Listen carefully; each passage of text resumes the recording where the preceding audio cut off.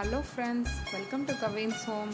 இன்றைக்கி வந்து பார்த்திங்கன்னா ஒரு நான் வெஜிடேரியன்ஸ்க்கு ஒரு இன்ட்ரெஸ்டிங்கான ரெசிபி இங்கே தாங்க செய்ய போகிறேன். Chicken gravy. வாங்க இப்போ அதை எப்படி செய்யலான்னு பார்க்கலாம். 1/2 கிலோ சிக்கன் எடுத்துருக்கேங்க. 4-5 பேர் சாப்பிட்லாம் இந்த கிரேவி. வெறும் கடாயில் 6 வரமிளகா, 20 உடச்ச முந்திரி பருப்பு சேர்த்துக்கோங்க. முழு முந்திரி பருப்புனா 10 சேர்த்துக்கோங்க. எண்ணெயே சேர்க்காமல் இதை நல்லா வறுத்து எடுத்துக்கோங்க. இப்போ இது நல்லா ஃப்ரை ஆயிடுச்சு. இப்போ இதை நம்ம மிக்ஸி ஜாரில் சேர்த்துக்கலாம். இப்போ இன்னொரு கடாயில் 5 ஸ்பூன் எண்ணெய் சேர்த்துக்கோங்க. உங்களுக்கு எண்ணெய் பிடிக்குமோ அந்த எண்ணெய் சேர்த்துக்கோங்க. ஆலிவ் ஆயில், நல்லெண்ணெய், தேங்காய் எண்ணெய் எதுனாலும் ஓகே.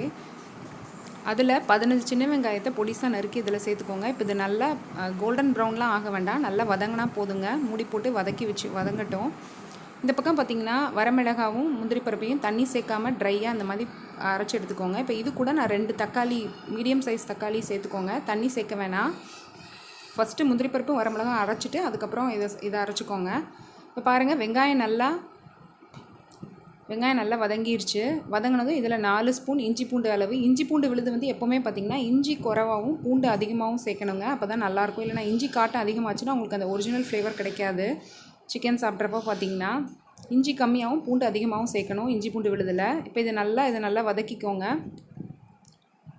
நல்லா வதங்கினதும் இதில் 1/2 ஸ்பூன் மஞ்சள் தூள், 1 ஸ்பூன் தனி மிளகாய்த்தூள், 3 ஸ்பூன் மல்லித்தூள் சேர்த்துக்கோங்க. ஏன்னா வரமிளகாய் நம்ம ஏற்கனவே மிக்சியில் அரைச்சிருக்கோம், அதனால் இங்கே 1 ஸ்பூன் தான் அளவு தான் சேர்த்துருக்கோம். 1/2 கிலோ சிக்கன் செய்கிறேங்க.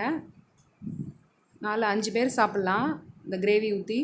இப்போ பாருங்கள், இந்த மிளகாப்பொடி நல்லா அந்த எண்ணெயிலே ஃப்ரை பண்ணுங்கள். ஃப்ரை பண்ணதும் இந்த மிளகாப்பொடி கொஞ்சம் ஸ்லைட்டாக ஒரு 1/2 டம்ளர் அளவு தண்ணி சேர்த்துக்கோங்க. ஸ்லைட்டாக நல்லா ஃபுல் ஃப்ளேமில் வச்சு கொதிக்க விடுங்க.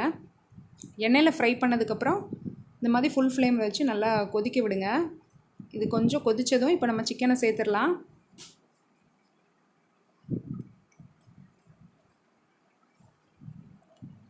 எலும்போடு உள்ள கறியும் போட்டுக்கோங்க, நல்லாயிருக்கும் இந்த கிரேவிக்கு.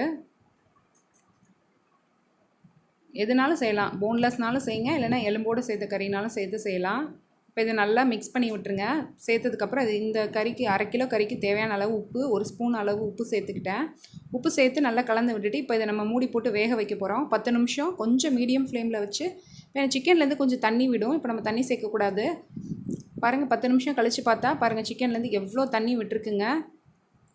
இப்போ நம்ம அந்த அரைச்சி விழுதுங்க, தக்காளி, வரமிளகா, முந்திரி பருப்பு சேர்த்து அரைச்சோம் இல்லைங்க, நல்லா இப்படி பேஸ்ட்டாக அரைச்சிக்கிட்டோம்ல.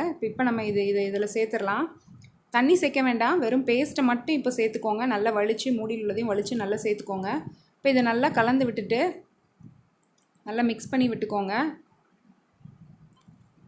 மிக்ஸ் பண்ணும்போது கொஞ்சம் ஃபுல் ஃப்ளேமில் வச்சுக்கோங்க. ஃபுல் ஃப்ளேமில் வச்சு நல்லா அந்த மாதிரி கறி கூட நல்லா அப்படி பரட்டிகிட்டே இருங்குங்க. இப்போ இதையும் 5 மினிட்ஸ் போட்டு மூடி வச்சிடலாம். இப்போ இது நல்லா 5 மினிட்ஸில் நல்லா கொஞ்சம் மீடியம் ஃப்ளேமில் வச்சு கொதிக்க விடுங்க. இப்போ நம்ம மிக்சியில் 1 கிளாஸ் தண்ணி சேர்த்து 5 மினிட்ஸ் கொதிச்சதுலங்க. அதுக்கப்புறம் அதை சேர்த்து இதையும் திரும்ப மூடி வச்சு ஒரு 10 மினிட்ஸ் கழித்து கடைசியாக ஓப்பன் பண்ணிக்கலாம். இது ஏன் இப்படி நான் ஒவ்வொன்றும் வந்து பார்த்திங்கன்னா அப்போ தான் அந்த மசாலா நல்லா சிக்கனும் வேகணும், நல்லா அந்த கறிக்குள்ளெலாம் அந்த மசாலா போகுங்க. இப்போ பாருங்கள், கடைசியாக 10 மினிட்ஸ் கழித்து நல்லா சிக்கன் கிரேவி நமக்கு ரெடி ஆயிடுச்சு. இது மேலே கொஞ்சம் கஸ்தூரி மேத்தி தூவி விட்டுக்கலாம். கஸ்தூரி மேத்தி பார்த்திங்கன்னா கடைசியாக தாங்க சேர்க்கணும். முதல்ல சேர்த்திங்கன்னா குழம்பு வந்து கசந்துரும். இது கடைசியாக சேர்த்தா தான் நல்ல ஒரு நறுமணம், நல்ல ஒரு ஃப்ளேவர் கொடுக்குங்க. இப்போ பாருங்கள், உங்களுக்கு இந்த கன்சிஸ்டன்சியில் போதுன்னா கிரேவியே பார்த்திங்கன்னா செம்மியாக இருக்குங்க. அதுதான் நம்ம கிரேவின்னு சொல்கிறேன். இப்போ பாருங்கள், நல்லா சூப்பராக ரெடி ஆயிடுச்சு சிக்கன் கிரேவி. இது வந்து சூடாக சாதத்துக்கு, அப்புறம் சப்பாத்தி, தோசை, இட்லி எல்லாத்துக்குமே நல்லா சூப்பராக இருக்குங்க. கண்டிப்பாக செஞ்சு பாருங்கள். இந்த கிரேவி பாருங்கள் எவ்வளோ கலர்ஃபுல்லாக சூப்பராக இருக்குது பாருங்கள். பாருங்கள், ஊற்றும் போதே எவ்வளோ சூப்பராக இருக்குது. நார்மலாக பார்த்திங்கன்னா குக்கரில் செய்கிறத விட இந்த மாதிரி சட்டியில் வந்து குழம்பு செய்யும்போது சூப்பராக இருக்குங்க. சிக்கன் வந்து பார்த்திங்கன்னா இது பார்த்திங்கன்னா எலும்புக்குள்ளெல்லாம் நல்ல மசாலா போய் கறி உள்ளெல்லாம் ஃப்ளேவர் சூப்பராக இருந்துச்சுங்க. ஓகே ஃப்ரெண்ட்ஸ், நீங்களும் இந்த ரெசிபியை ட்ரை பண்ணி பாருங்கள். இந்த வீடியோ பிடிச்சிருந்தா வீடியோக்கு ஒரு லைக் கொடுங்க. கவின் ஹோம் சேனலை சப்ஸ்கிரைப் பண்ணிக்கோங்க. டாடா, பை.